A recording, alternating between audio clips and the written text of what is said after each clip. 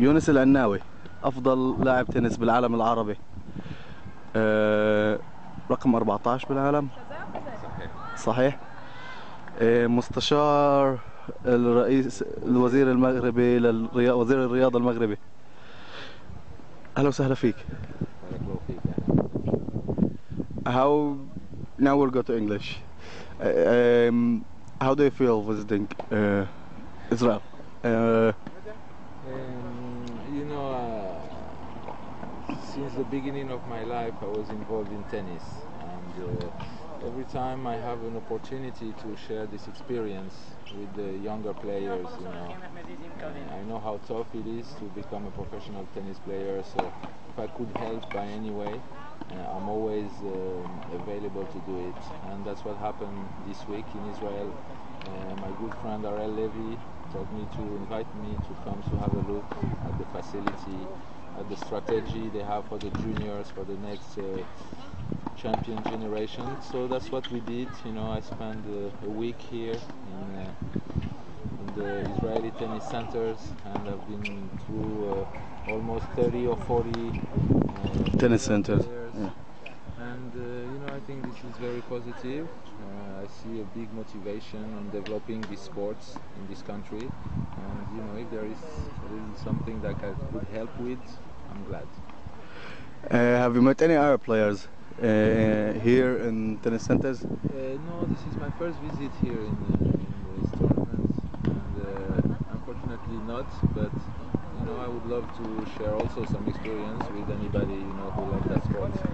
What do you think about the tennis in the general, in the Arab world? Like, you've been one of the best players in the world, number 14, ranked 14 at the highest. And what do you think about the next generation in the Arab world in general, and in Maghreb specifically? Yeah, that's in Morocco, the best player we have now is around 400 in the world. So this is still a sport who's reserved to a minority in my country. You know, that's why I'm happy to see facilities like this. You can say that today you don't need to be rich to play tennis, you know, because tennis balls and rackets are not that expensive anymore. And when you have clubs like this where they have not so high membership, that brings tennis to everybody, all the young ones who love the game. And you know, it's developing in the Middle East, in Qatar, in Dubai. We have good tournaments. We have programs for youngsters. But it takes a bit of time, and you know, I'm the first one who would love to see an Arab player winning a Grand Slam maybe one day. Yeah, we hope to. We hope so too. You were very close to that, to doing that. Yes, we had some very good times. You know, Morocco in the Davis Cup, we were 3 players: was Hisham Arazi, Karim Alami, and myself. You know, you had a very good team. Yes, we had, like, you know, 3 players in the same time, and that makes a good Moroccan team. Yes. Yeah, we were very proud of you. Now, a little bit political question. Are you going to the West Bank, to Ramallah maybe? Since you are here, so... I'll go for a visit for sure. You know, it's always a bit, you know, uncomfortable for me coming as a sportsman, you know. I'm here for the sports, you know. Of course, I cannot, you know, close my eyes and not be aware what's going on in the world. Like everybody else, I think more than, you know, people that are living here, more than anybody, they would love the peace, you know. And if that could show, you know, that, you know, I'm a Muslim player and I'm helping the Israeli juniors, and you know, I think that's how it should be. But in the sports, I never felt, you know, discrimination or... You know, I played the Olympic Games a few times, I've traveled around the world, and I think opposite, when somebody is different, it's more interesting. Some people would say that it's normalization, you know, normalization between Israel, the state that is occupying the West Bank, and the Palestinian people, and Morocco, since you are a Moroccan player, and many in the Arab world regard it something not to be done. What do you say about that?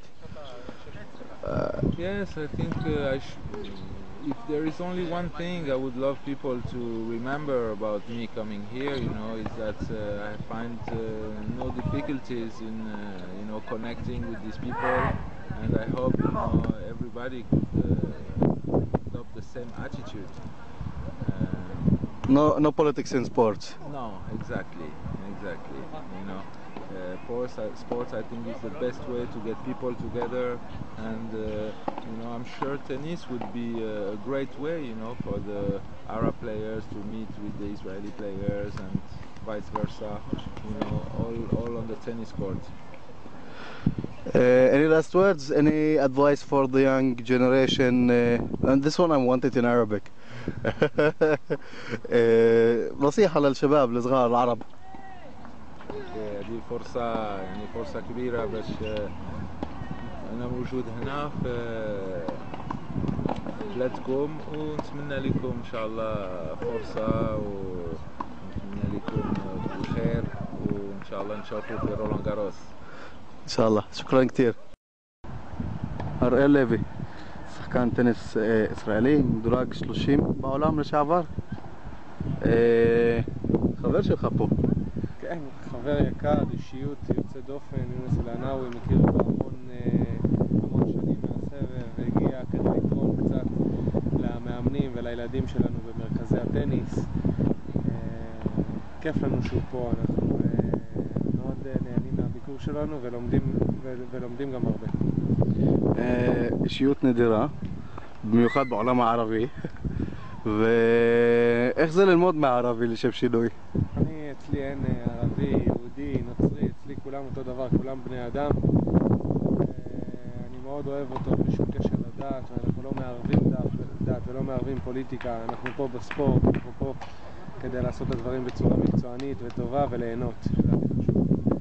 איפה אתה היום?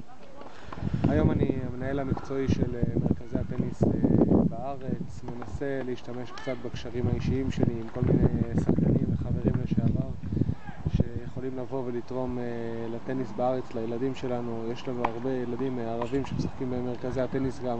יש לנו פרויקט הדו-קיום במרכזי הטניס. חשוב לנו שגם הערבים וגם היהודים ישחקו ביחד, ייהנו ביחד, ילמדו לחיות ביחד. רב תודות. חג